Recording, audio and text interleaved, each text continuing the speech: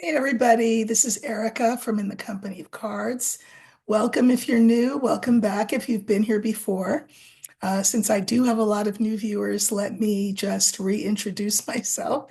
Um, I read Lenormand, which is a European system, also called Lenormand or Lenormand, doesn't matter how you pronounce it.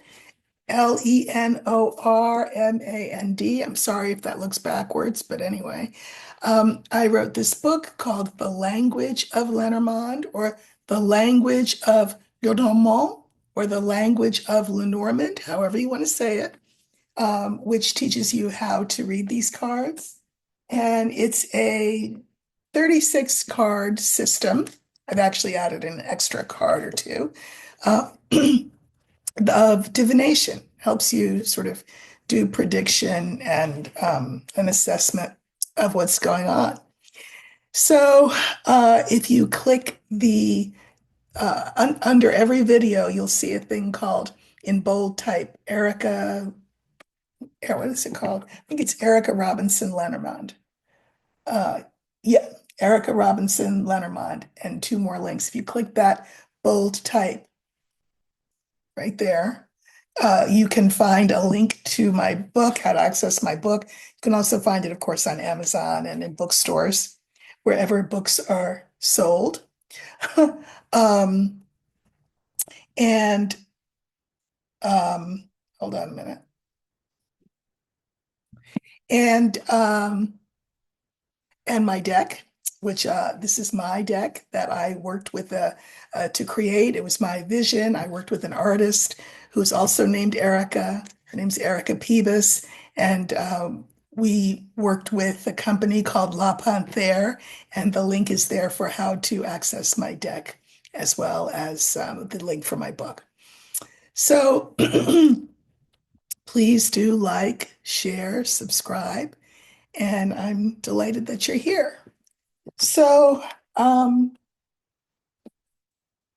I noticed that there's a new thing that just popped up in the news. So I'm going to look for it. Hold on a second. Um, yeah. Um, okay, let's see why would this happen? Hold on. Um, okay. So I think I'll add that to my list. Sorry about that, but I have another issue I want to look at quickly before the end. Um, so thrilled that so many of you enjoyed my conversation with Dr. Lena. I know you'd like more of this. Remember, she has her channel. I have my channel. She reads tarot. I read Lenormand or Lenormand or Lenormand, however you want to say it. Because I always have people come on here telling me that I'm pronouncing it wrong. So heads up, you could pronounce it however you want.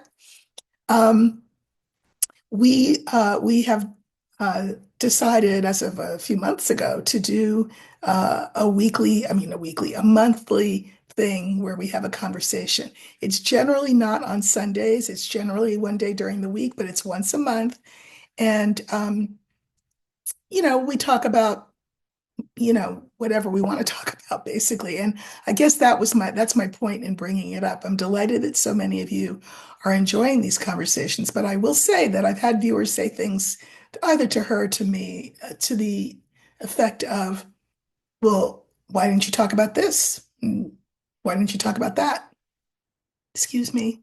First of all, it's a conversation that we are opening the windows and the doors of so that you can listen in.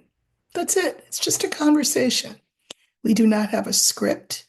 Our agenda is super loose and the conversations go where they go. If there's something that you'd like to talk about, maybe you should start a channel. You know what I'm saying? Um, so, so these are just conversations. Um, some of the topics that you've asked about, why haven't you talked about this and why haven't you talked about that? We have done. either together or separately. And on some of those topics, I've also written as well on Substack. So, relax, enjoy the conversations. If they speak to you, they speak to you. If they don't speak to you, it's okay. It's okay. If you have suggestions of things that you'd like us to look at, as I mentioned in the video, please feel free to put those suggestions in the comments section. And I will go through those and run them by Dr. Lena and see if there are things that we want to talk about moving forward. But it's just conversation. It's all it is. We're not trying to indoctrinate anybody, convince anybody of anything.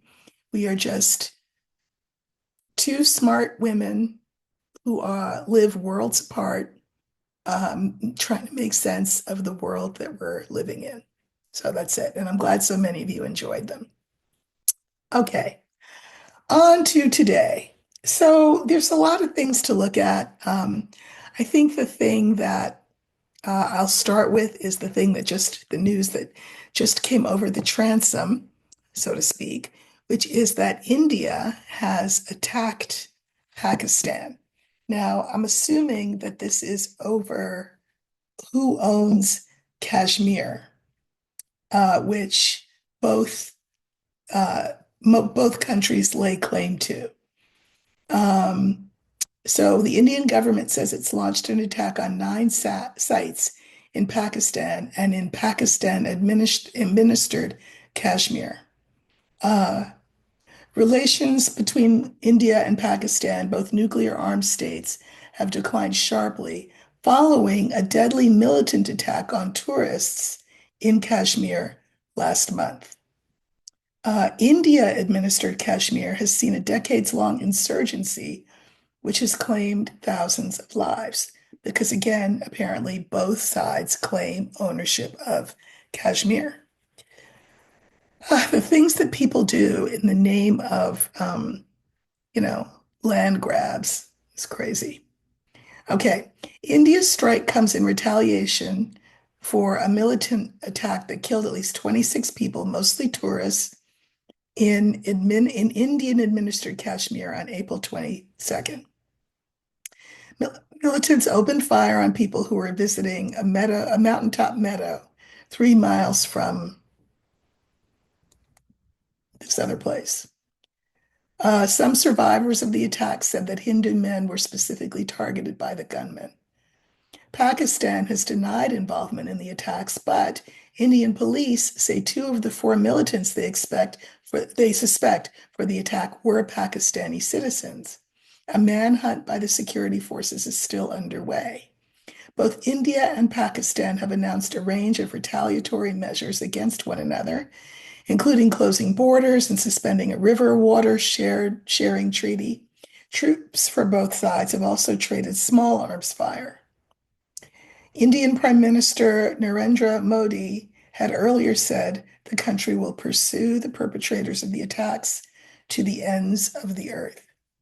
I guess, there's always wars.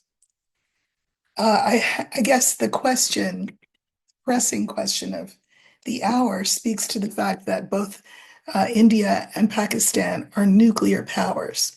So, in looking at this conflict, will it escalate to a nuclear level? I guess would be the question of the hour. So let's look at that. So the significator that I'm going to use is the scythe, that cutting instrument.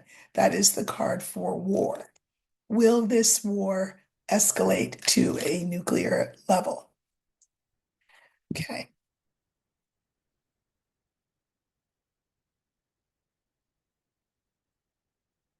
This is very new news. So, okay. It's the second card that popped up. It's only one card I can put before it, which means it's not going to be the center card. The center card will be stars. Okay. So what we have is the young man, the scythe, the stars, the anchor, and the clover. And I'm going to say that, even though Both sides are bellicose, which that Young Yang energy card can convey. Bellicose, like warring, wanting to fight, to the point where they have begun a fight. Moving forward into the future, they are well aware that if somebody pushes the nuclear button, it's all over for everybody. So I don't think that this will escalate to that extent.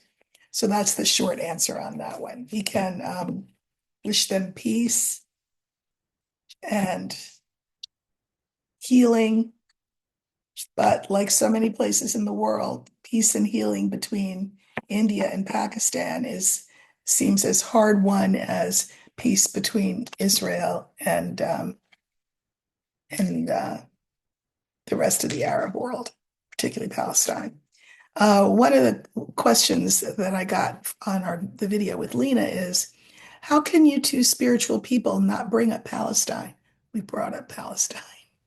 Let me go on record again as saying that I think that the Israeli government is the perpetrator here of a genocide.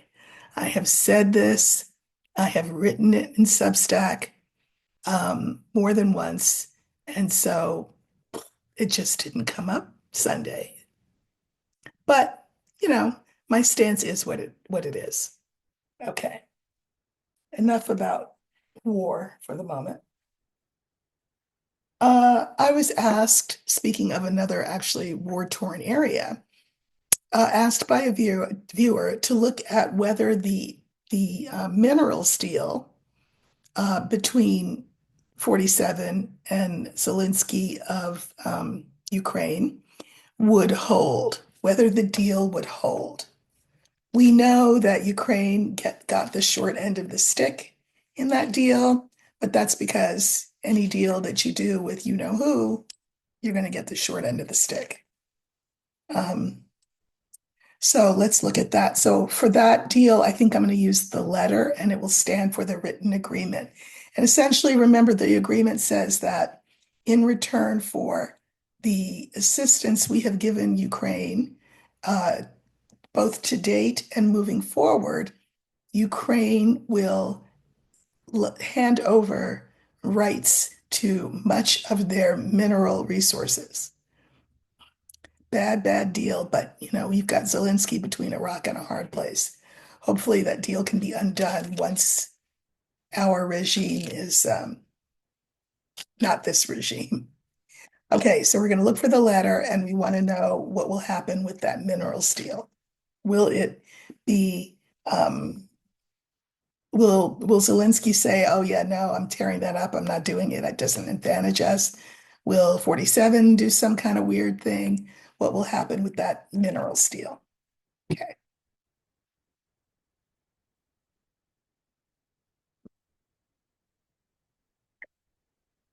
And we're looking for the letter that will stand for the deal.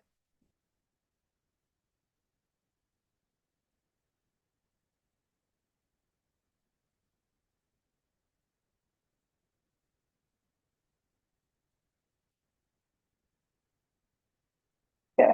So this will stand for that mineral steel between 47 and Zelensky, the US and Ukraine.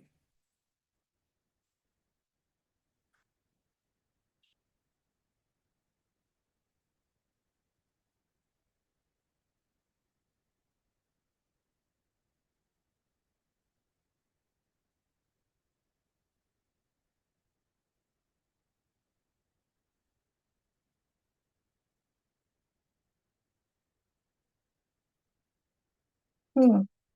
Interesting. So we have the young man, the crossroads, the letter, the snake, and the heart. I'm going to say this is Zelensky. And even though this is a really bad deal, you know, he loves his country. I can mirror that card with him, with the heart. Uh, Crossroads mirrors the snake. The deal is in the middle, so I'll put that back. Crossroads mirrors the snake. I feel like there will be some attempt at double dealing by our side, you know who. Um, that will be problematic for Ukraine. Like I don't know, maybe like they hid in the fine print something like I don't know, Ukraine owes their all of their mineral resources to the US in perpetuity or some weird thing. There'll be some problem with it. In the center, we have the deal itself. I pulled clarifiers on that. We have the garden, the mice, and the bouquet. This is the deal. He did it for the good of his people, but it takes away.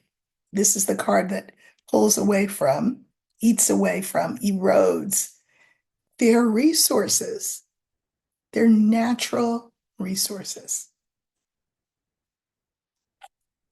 Moving forward, we've got snake, whip, there's the White House, and the cross. I mean, he really had Zelensky, um, as they say, by the short hairs, at a disadvantage.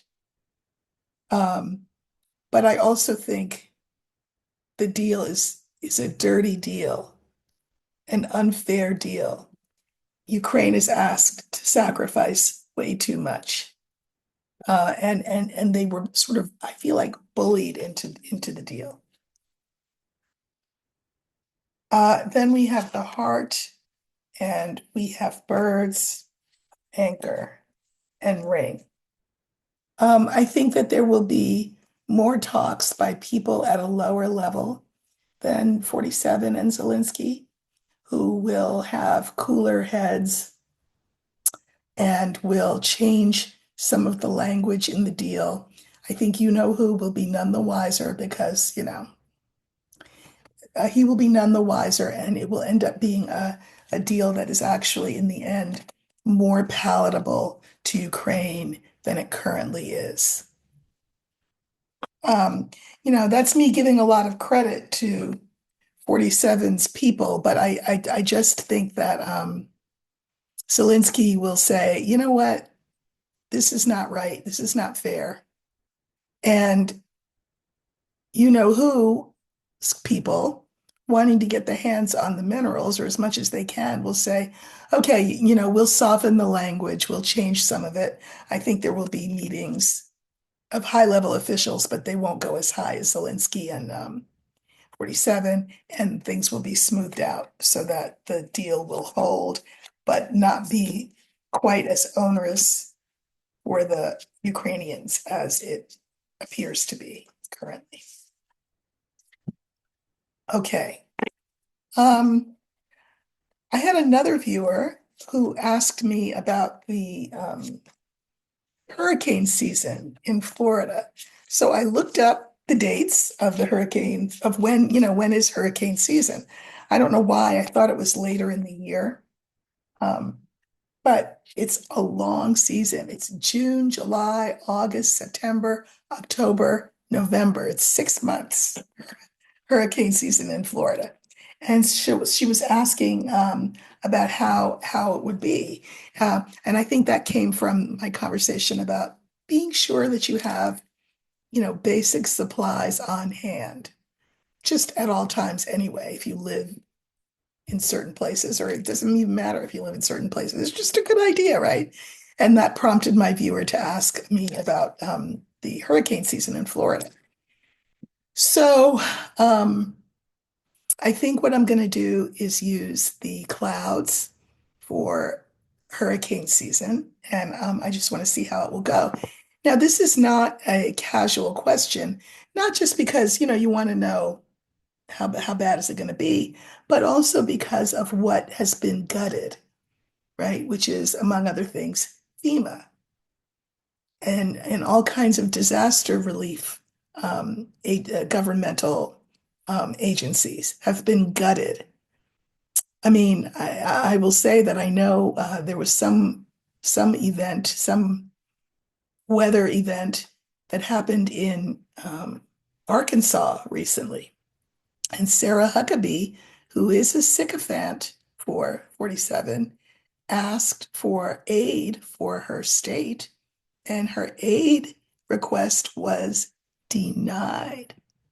So again, just like is always the case, everything you know who touches dies. Um, Sarah Huckabee was not immune from that truism, and her state now has to, by hook or by crook, come up with ways to um, address that damage because the federal government won't do it. So you can see why my viewer, Florida resident, is concerned about the upcoming hurricane season. I mean, is he going to throw paper towels at them like he did at Puerto Rico? Hmm. So let's see. Uh, okay, so we're going to use clouds for the hurricane season, and we're just going to see what it looks like.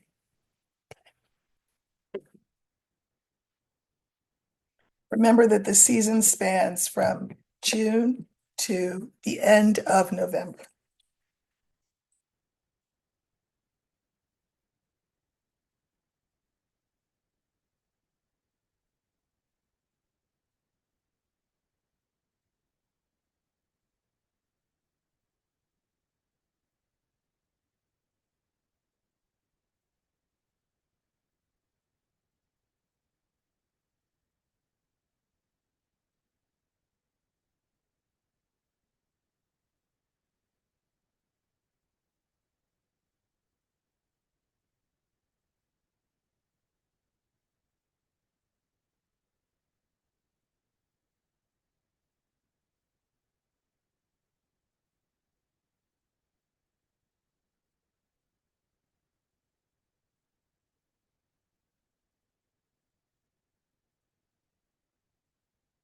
It pulled a few more cards than I anticipated because I thought that the original line of five was pretty interesting. So remember, this is my viewer asking about how the hurricane season will go in Florida. It's the season that spans from June to the end of November.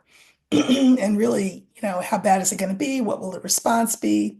You know, I rolled all of those questions up into what I asked. So our line is the garden, the bear, the clouds, the cross, and the child. I think this is really interesting. So this is people, the population of Florida. This is 47 in his most narcissistic garb. Guys, this is the hurricane season, and there will be pain. There will be pain that will cause people to see him in a new way. I mean, there are millions of reasons why people who saw him one way are now seeing him in a new way. So this will add to that because there will be pain. So I decided to pull cards on him, and we have the letter, the anchor, and the ring. And I think that he will promise the moon. He will say, I've got your back, you know, I'm a resident of Florida. You know, he doesn't want to lose that state. So, you know, you'll be okay. I'll take care of you. I promise. I promise. That's that ring. He'll even put something in writing. So here we are. These are the storms, clover, tower, and scales. So when they actually come, he will be quick to say, well, you know, I don't know, how much money does Florida have to take care of this? Kind of like what he told Arkansas, right? You know, you take care of your state first, and then, you know, if I scrape up any money after that for you, I'll help you out. So he will change his tune, and that will create a problem for him. We have the cross, and we have the sun, the scythe, and him again. This pain that the people of Florida will experience as a result of hurricanes that go unresponded to on a national level will make even more people wake up, that's the sun, and say, oh yeah, no, we got to get rid of this person. I may have voted for him twice. I may have thought I was going to vote for him a third time. Uh, I'm a good Florida Republican, but this guy has got to go. That's what I think the response will be. We have finally the child card. Clarifiers are interesting. The dog, the fox, and the crossroads. I think that what will happen is that he will promise the moon and then not deliver, go a different way. What about the private sector, he'll say?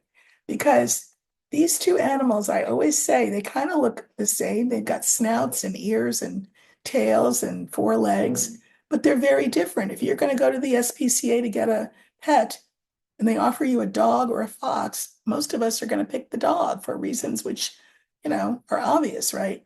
But this fox comes dressed as a dog. He is a wolf in dog's clothing. So he will make people think that relief will be on its way, but it won't. I don't think it will. And I think this is just going to be one more nail in his metaphorical coffin, and people who have been supporters will fall off. They will not support him anymore. So I would say if you're in Florida, you know, being prepared by having supplies that you would normally have anyway, because if you live in Florida, you understand what hurricane season is all about. I told you I understand what hurricane season is all about because I lived through Hurricane Sandy, and that was bad. Um, so just be prepared, get extra so that you can help out neighbors who are elderly or otherwise infirm. If you know people who have children, infants, and need formula or diapers or whatever it is, because, aside from the fact that he will be disinclined to give federal aid, especially now that he's kind of at war with DeSantis, couple that with the supply chain shortages, which we are on the cusp of experiencing. Um, it will, there will be pain. It is what is required for enough people to say, enough, basta. This has got to, this administration's got to go. We're not there yet. We're not there yet. So, okay. Uh, Finally, I thought I would look at the papal odds. The conclave begins tomorrow. For those of you who don't know, the conclave is the meeting where the eligible cardinals, the eligible both to vote and to be nominated, the cardinals under, I think, 80 years old are locked in to the Vatican, and they vote on who should be the successor to St. Peter's throne now that Francis has gone to his great reward. Um, and we know that they vote several times. Um, they'll vote several times, uh, and that they burn the ballots, and that when they cannot agree, somebody doesn't win, the smoke will be black. And we'll know, okay, well, I guess the next vote will be tomorrow. Eventually, the smoke in the chimney will come out white, and they will say, Habemus Papa, Papem, Habemus Papem, which means we have a pope. So if you've lived long enough, you've seen this a few times. It's very dramatic. Oh, watch the movie Conclave if you want to get a real feel for how that goes. And there are several men in contention, and I thought we would look at them. So there are five names on the list, but we could probably narrow that down even. The names are um, Jean-Marc Aveline. He's from Marseille in France. He is known for being a big proponent and participant in interfaith dialogue, meaning Catholics talking to non-Catholics, people of other faiths, to try to come to some sort of meeting of the minds. That's a good thing. So that is the Marseille candidate, the Marseille Cardinal, Jean-Marc Aveline. We have an American. His name is Robert Francis Provost. He's considered dignified, formal, and very much middle of the road. As you can imagine, there are two camps, right? One is the conservative camp, the other is the more liberal camp, even though more liberal is never really uber liberal, just saying. Um, uh, Robert Francis Provost of the US is considered middle of the road and again, formal. Like you won't see him kissing babies. He'll bless them, but he's not going to kiss them and cuddle them or anything like that. He's not like Francis in that way. Also, even though he's an American, he has spent much of his professional life, his clergy life, outside of the US. So he does have a great understanding of the world beyond the US shores, and that's a plus for him. I would say that those two are um, the bottom of the list, I think. Um,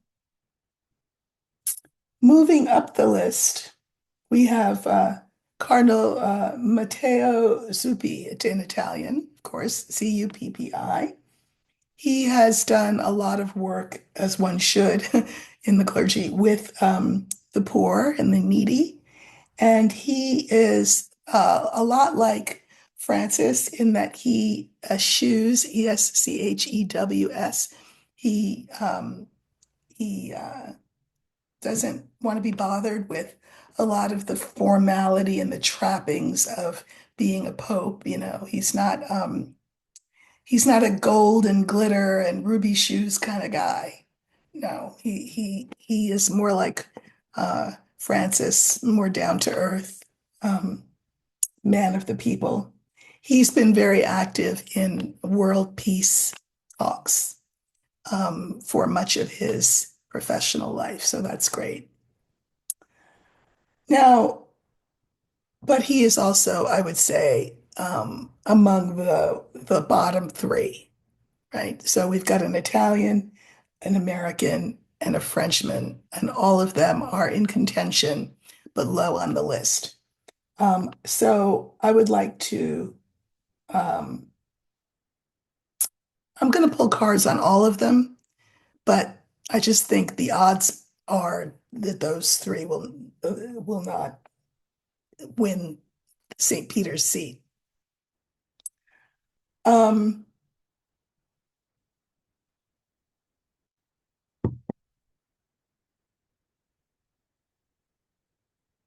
then there's three other ones worth looking at. So we have, and this guy is high up in contention. Um, he's called the Asian Francis, and his name is Luis Tagle. Tagle, I think that's how you pronounce it, but I could be wrong.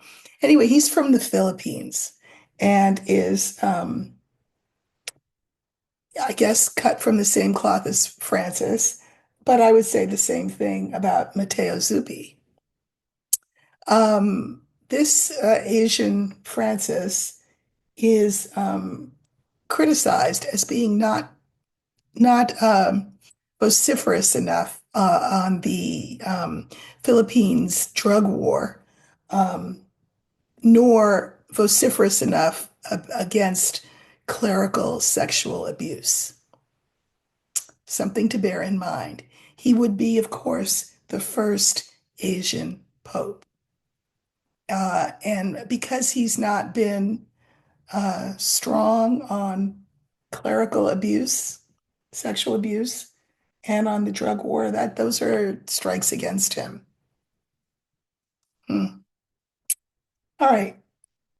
Then we have another Italian, Pietro Parolin. He is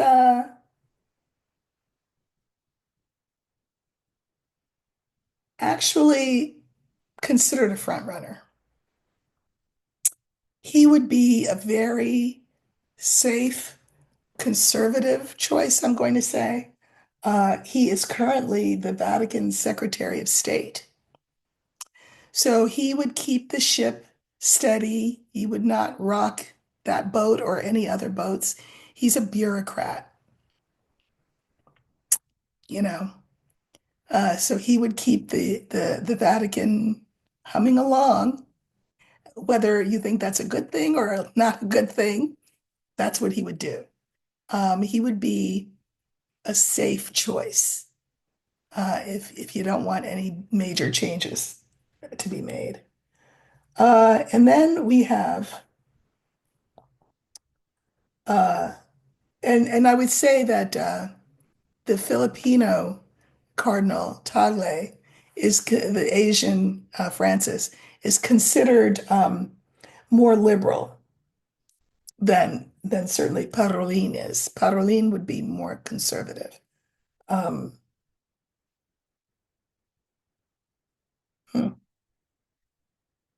Finally, we have Peter Turkson. Peter Turkson is Ghanaian from Ghana. He would be the first Black Pope. I do not think we will have a first Black Pope this go round. I think maybe the next go round, but I don't think this go round. So I think that it will be between um,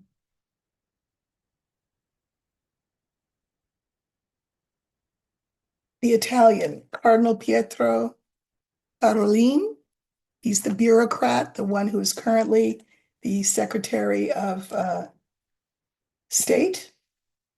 So he would have been very close to Francis, who probably would have named him that. And I think that it'll be between him and uh, and the Asian Francis. But I don't know. Let's draw cards on all of them. I'll draw three cards for each of them. So let's go in the order that I mentioned them in. Let's look at the French cardinal. This is Jean-Marc Aveline of Marseille. He's the one who's big on interfaith dialogue. So I'm going to put him on the bottom here. One, two, three. It's the French one. Then we're going to move up the line and look at the American one. Robert Francis Provost, middle of the road, restrained, no controversy, an American who has traveled the world, spent most of his life abroad. So he's got a good understanding of that. But again, he wouldn't rock any boats. It would be interesting to have an American Pope. I don't think we've had one of those. Well, not we, they had one of those. Um, Matteo Zuppi in Italian. These are the three bottom ones. He is the one who has worked with the poor, doesn't like all the razzmatazz of the church. So let's look at these three first. So first the Frenchman, and then the American, and then the first Italian. So Frenchman, again, he's from Marseille. He's big on interfaith dialogue, which is something that God knows we could use. We have the moon, the scythe, and the rider. Now, I could look at this and say, well, I don't know, looks kind of positive. His reputation precedes him. This is a decision that they could decide in favor of him. I don't know. The guy from Marseille is looking kind of good, not bad. The American, Clover, Snake, and the young man, I think we can leave him out. I do not think that the American will be Pope. So I'm going to put those cards back in the deck. So now we've got the Frenchman from Marseille And the third one that I'm wanting to look at in this group is Matteo Zuppi. Um, I kind of like him. He's all about world peace. He's all about the poor. We have the mice, the lily, and the garden. Um, Mice is problematic. He's probably saying to himself, I am not trying to be the Pope. Don't pick me. Don't pick me. Um, he would be a choice that the people would like. He is a man of the people. He's a man of the poor. He's cut in Francis's image. Um, I'm going to say, I think more so than the Asian Francis, the Filipino. Uh, I don't know. We'll keep him in the mix. All right. Now we're going to let's look at Peter Turkson, the Ghanaian.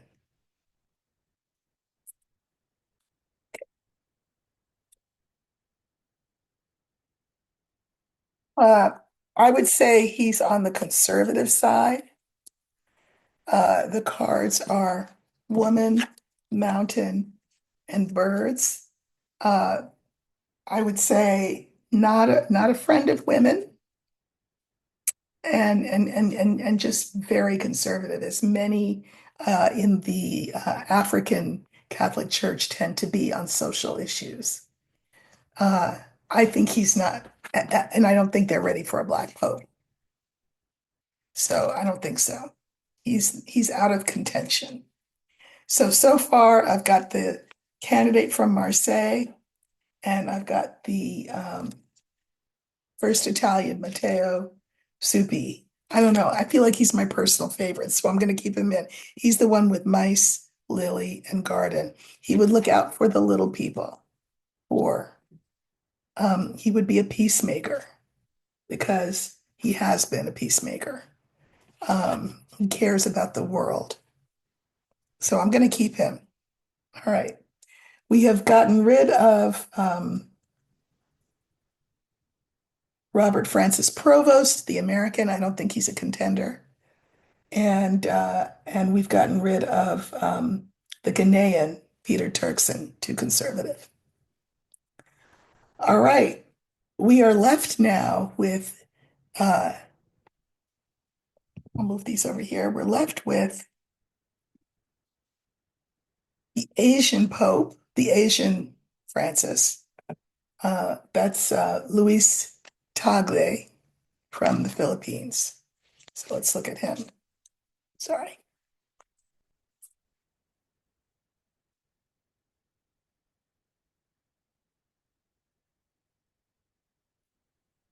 Nope, it will not be Tagle. Uh-uh. I don't think so. I mean, those cards were too negative. I mean, I got rid of them so quick, I don't even remember what they were. The cross, the bear, the fox. Yeah, that's what it was. I think that with cross, bear, fox, I think there is politicking against him. And if you saw Conclave, you know that those cardinals are not above politicking. That's what they do in between voting and eating their delicious meals prepared by the good sisters. They politic for or against the candidate of their choice. So I think Tagle will have been politicked against. So yeah. So who's left on the list? The person left on the list is the front runner. This is another Italian, Cardinal Pietro Parolin. Parolin, Parolin. He's considered a moderate. He is, yeah, so a moderate. He's also the Vatican's Secretary of State. So, you know what I mean? He knows where the light switches are. He knows where the keys to the safe are too.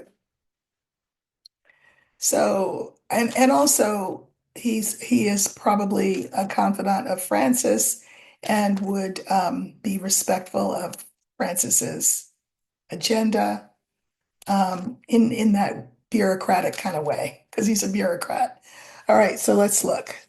This is Pietro Parolin of Italy.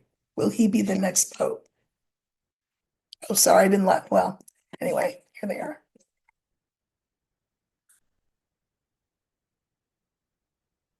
Okay, so we have fish, tower, and scales. You know, he's the head of the flock. The flock is full of fish in the sea. He's a bureaucrat. He can keep things balanced, keep this ship righted. I think it's going to be the Italian, Parolin. Maybe I'm wrong, but that's what I think. I think he will beat out um, the Asian Francis. If I'm right, I'm right. If I'm wrong, I'm wrong. I'm not your bookie. I am not your priest. I am not your confessor. I'm just reading cards. But my cards indicate that the Italian Pietro Parolin will be the next pope. They convene tomorrow. The conclave could take however long it takes. But we will know, as my mother would say, in the fullness of time, whether Parolin wins or not. But I think my money's on Parolin. I mean, I'm not betting, but I'm just saying that's who I think will win. All right, you all. If you have questions for me about whatever, just please put them in the chat and I will entertain them. Uh, Please do like, share, subscribe. I think I'm getting dinged a little bit by YouTube for being so outspoken. So I may use code words moving forward, like when I say, you know who I'm talking about. And in my descriptions, I may be a little bit more opaque. Um, yeah, because I don't want to be shut down. I don't want to be dinged in terms of who can see my content. Please like, share, subscribe.